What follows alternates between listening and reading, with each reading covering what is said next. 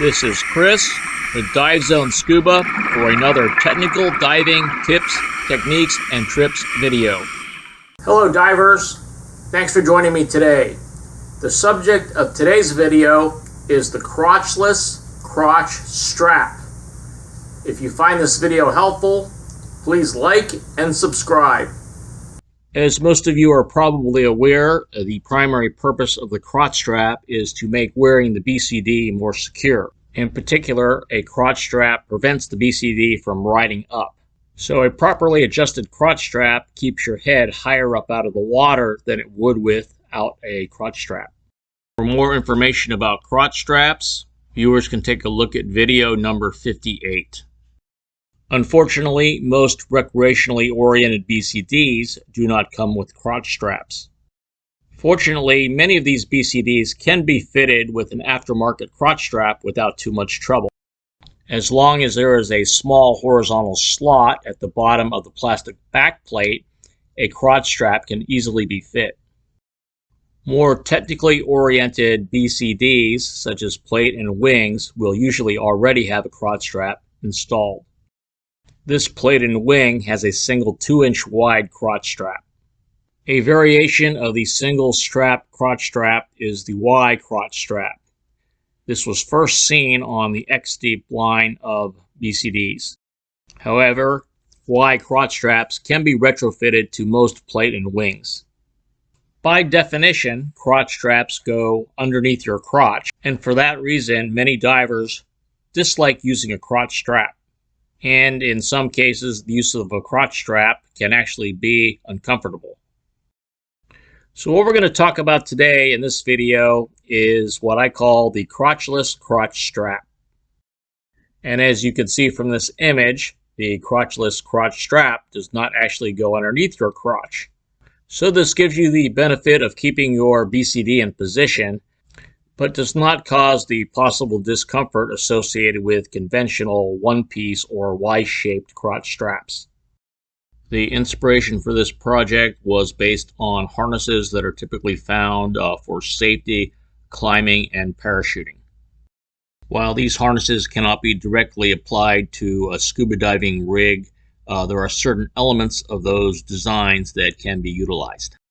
For this project, it's best to use a plate and wing, and in particular, you're looking for 2 holes in the bottom corners of the plate.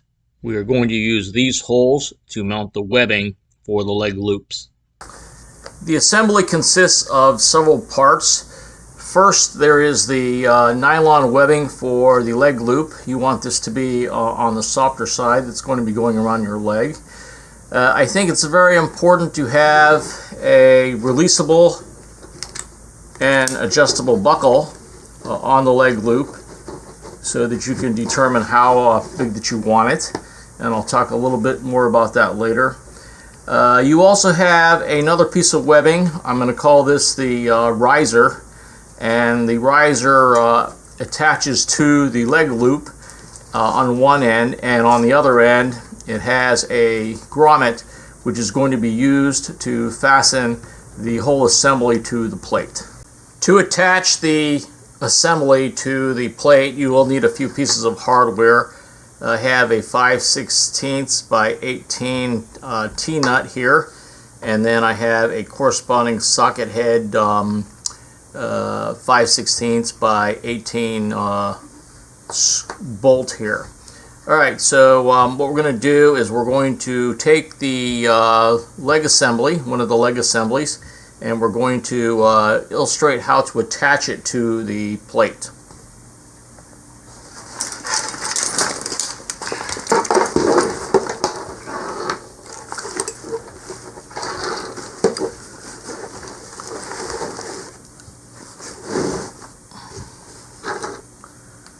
So here is a plate, and what I'm going to use is I'm going to use one of these holes toward the bottom to attach the leg assembly.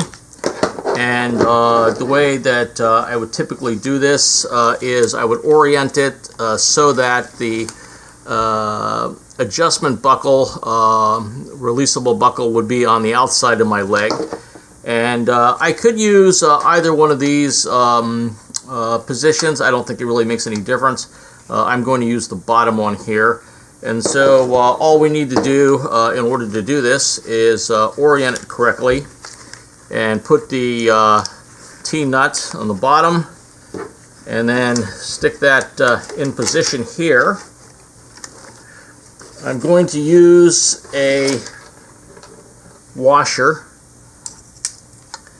and then I'm going to take my bolt and I'm just going to screw it down.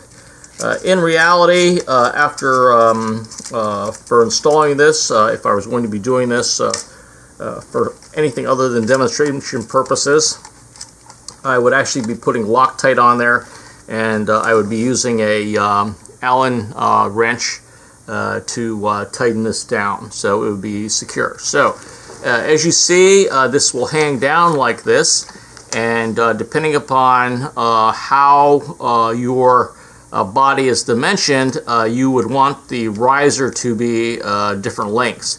But I've got a relatively short riser here because I am not super tall.